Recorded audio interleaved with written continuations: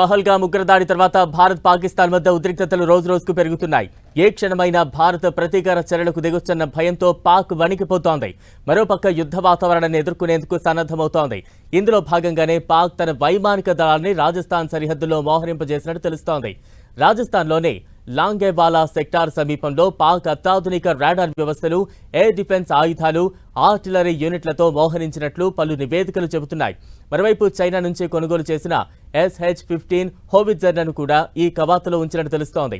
April 29 నుంచి పాక్ తన వైమానిక దళంలో పాక్ రాజస్థాన్ సరిహద్దుల్లోని సైనిక విన్యాసాలను చేస్తోందని తెలుస్తోంది.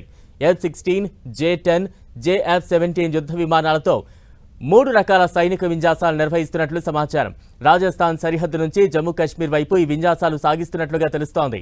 2019 పుల్వామా అటాక్ ప్రతీకారంగా భారత్ సర్జికల్ ఎయిర్ స్ట్రైక్లను గుర్తు చేసుకున్న పాక్ పహల్గామ్ దాడికి ప్రతీకారంగా భారత్ ఏ క్షణమైనా దాడి చేయొచ్చన్న భయంతో వణికిపోతోంది.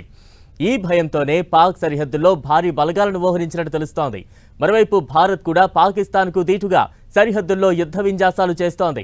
ఇరు దేశాల మధ్య గగనతలంలో ఆంక్షలు, దౌత్య సంబంధాల రద్దు వంటి చర్యలు ఇలాంటి ఉద్రిక్తత పరిస్థితులకు బలం పెంచుతున్నాయి.